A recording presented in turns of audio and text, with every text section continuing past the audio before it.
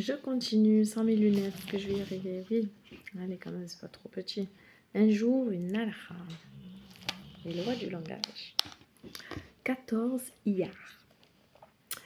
Efficacité.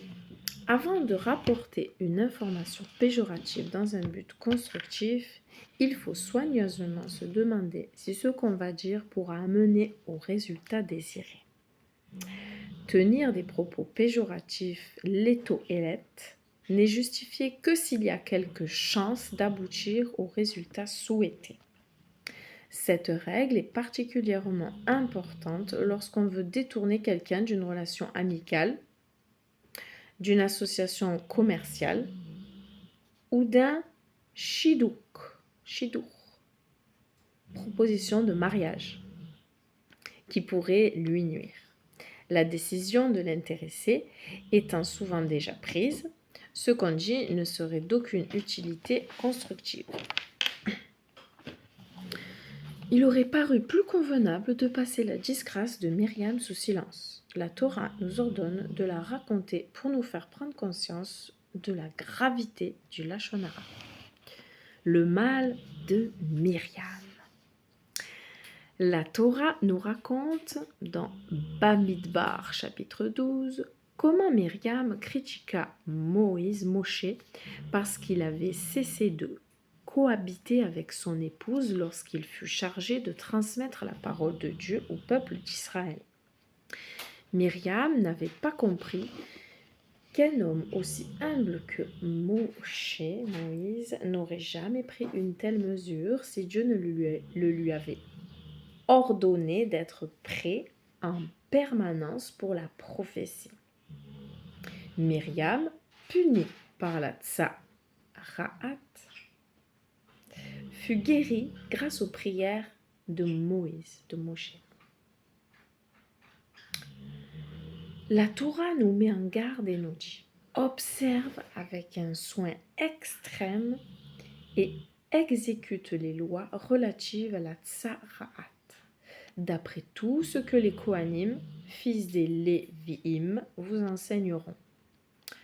Dans Devarim, chapitre 24, verset 8. Devarim, Deutéronome. Puis dans le verset suivant, souviens-toi de ce que l'Éternel, ton Dieu, a fait à Myriam pendant votre voyage au sortir d'Égypte. Le Sifrei demande pourquoi ces deux versets sont juxtaposés. C'est, répond-il, pour nous enseigner que Myriam ne fut punie que parce qu'elle avait dit du Lachon Hara. C'est un a fortiori. Si Myriam fut si sévèrement punie pour avoir médit de son frère cadet, à bien plus forte raison mérite-t-on d'être puni lorsqu'on médit de quelqu'un de plus grand que soi. Une autre explication. Si Myriam, dont les paroles n'ont été entendues que du Saint béni soit-il, puisqu'il est dit Dieu entendit, dans Bamidbar, chapitre 12, verset 2, a été si sévèrement puni, à plus forte raison mérite-t-on d'être puni lorsqu'on fait de la médisance en public. Le Ramban commente. Ce verset nous ordonne de raconter l'histoire de Myriam à nos enfants et de la transmettre aux générations suivantes. Il aurait paru plus convenable de cacher cet incident et de passer la disgrâce du juste sous silence. La Torah nous ordonne au contraire de la raconter et de la publier pour nous faire prendre profondément conscience de l'interdiction du Lachon Hara, car c'est une grave faute qui entraîne toutes sortes de maux, mais qu'on transgresse fréquemment.